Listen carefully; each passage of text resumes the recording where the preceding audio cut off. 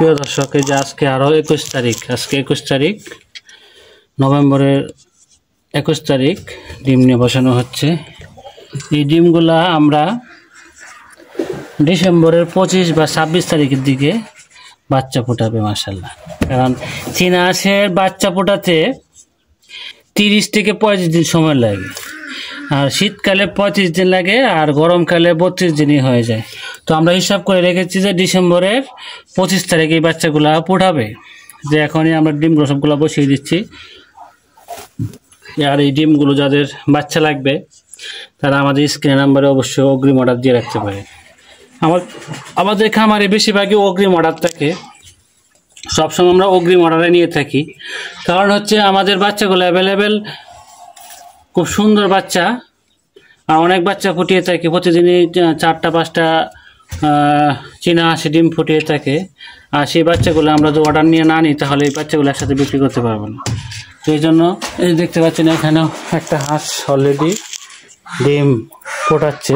Already বাচ্চা 2টা বের করে দিয়েছি আমি নিজের হাতে। দেখেন এই 2টা বাচ্চা বের হয়ে গেছে মাশাআল্লাহ। এগুলো হচ্ছে আমাদের সফলতার গল্প সেনায়ন শিক্ষিকা সতর্ক কামারে। তা আপনাদের সামনে কেন এরকম ভিডিও নিয়ে আসি হয়তো বলতে পারেন, হ্যাঁ ভাই, এই জন্য নিয়ে আসি আমাদের দেশকে উন্নত করার জন্য। মাংস ডিমে সমৃদ্ধ বাংলাদেশ চাই আমরা, দেশটাকে উন্নত করতে চাই। যে চাকরির পাশাপাশি যদি একটা মানুষ এরকম চীনা হাঁস দেশি মুরগি সমন্বিত খামার করে আপনার উপার্জন করা যায়, সেটা আসলে মানুষে আমাদের থেকে শিখবে। সেটা আমাদের কাছ থেকে মানুষে যে সরকারি চাকরিজীবী থেকেও তারা আসলে আর্নিং করতে পারে। সরকার পে স্কেল দেয় না, সমস্যা নেই, কিন্তু আমরা এরকম বাড়িতে ছোট ছোট খামার করবেন, অবশ্যই লাভবান হতে পারবেন। গ্রামের বাড়িতে এরকম ছোট ছোট সমন্বিত খামার করলে আপনার ফ্যামিলিতে চাহিদা পূর্ণ হবে মাশাআল্লাহ। একটু পরিশ্রম করতে হয়, সকাল বিকাল বেশি। সকালে 2 ঘন্টা পরিশ্রম, বিকালে 2 ঘন্টা পরিশ্রম করলেই এনাফ। সারাদিন এগুলা বেঁচে লেগে থাকতে হয় না। সকালে আপনি ইচ্ছা করলে, যে আমার দেশি মুরগিটা, সকালে ইচ্ছা করলে আপনি 1 ঘন্টা পরিশ্রম করলে কিন্তু আপনার খামারের 1-2 ঘন্টা কাজ হয়ে যায়।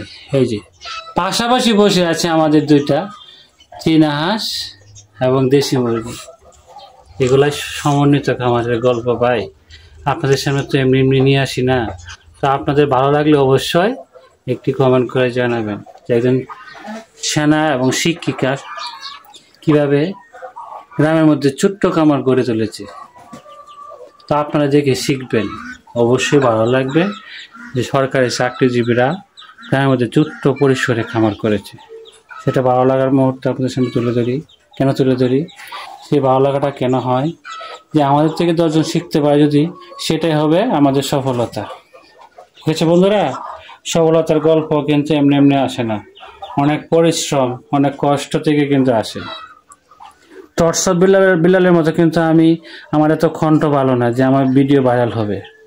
আমার ভিডিও ভাইরাল হওয়ার দরকার নাই, যা শুধু আপনারা দেখে শিখেন যে গ্রামের বাড়িতে খামার করতে গেলে কি করতে হয়।